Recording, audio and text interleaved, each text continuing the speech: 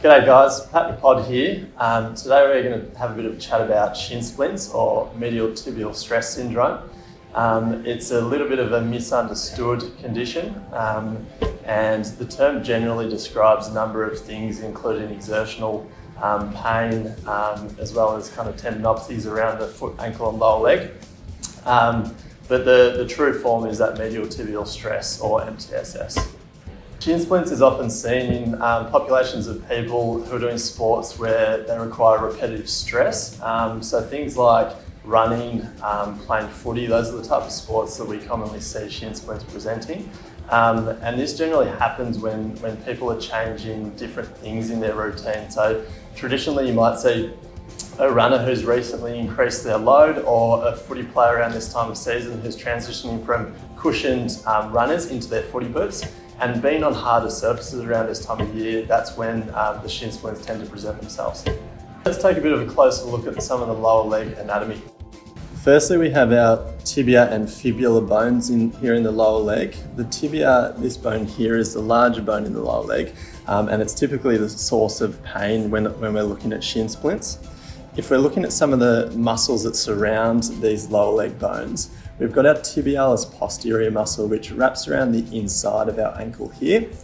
So we can see that tendon around the inside of the ankle, which travels around the back of the tibia. If we add a few more layers of muscle on here, what we'll see is the tibialis anterior muscle.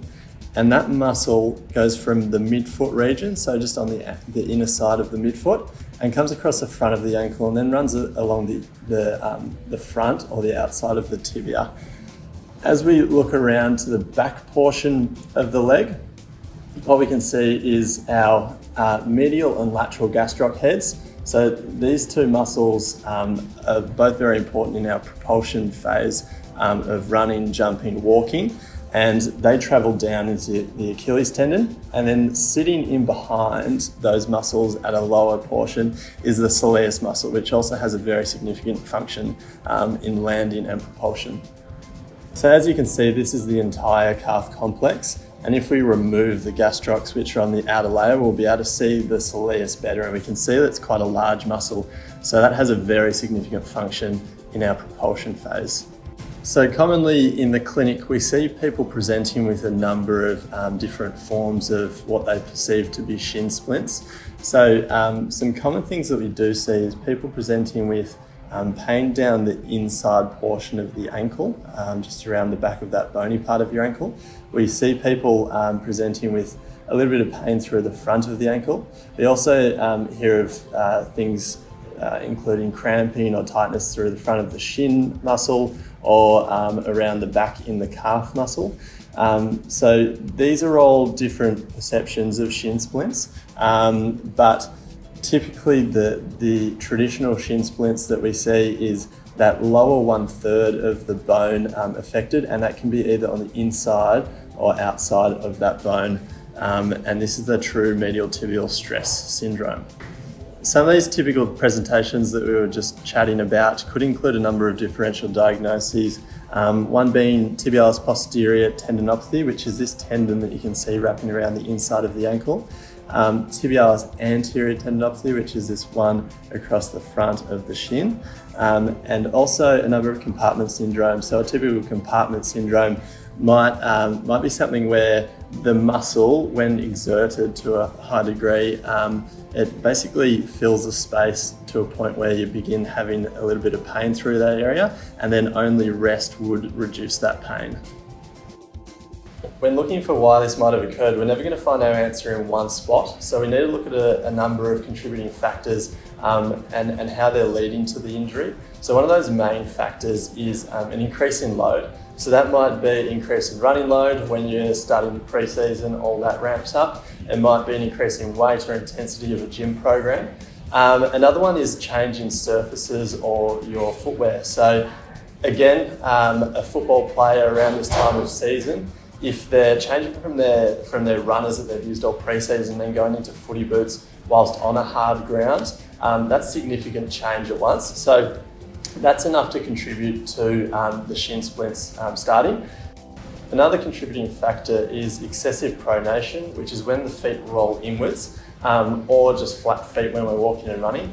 As we were talking about with our anatomy before, this has a significant impact on how those muscles act around the foot and ankle. Because they absorb the load when we're landing, they also help us to propel ourselves forward when we take off.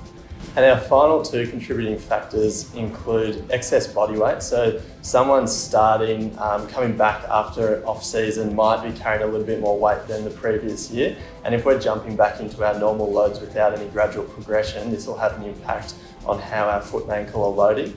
And finally, running efficiency is a big one. So if we're overstriding with our running technique, that has a big impact on how the tibialis anterior loads when we're landing, which can contribute to shin splints in the long run. So the first step in treating or managing shin splints is looking at the overall load of the athlete. So first we want to deload and give you a period of rest.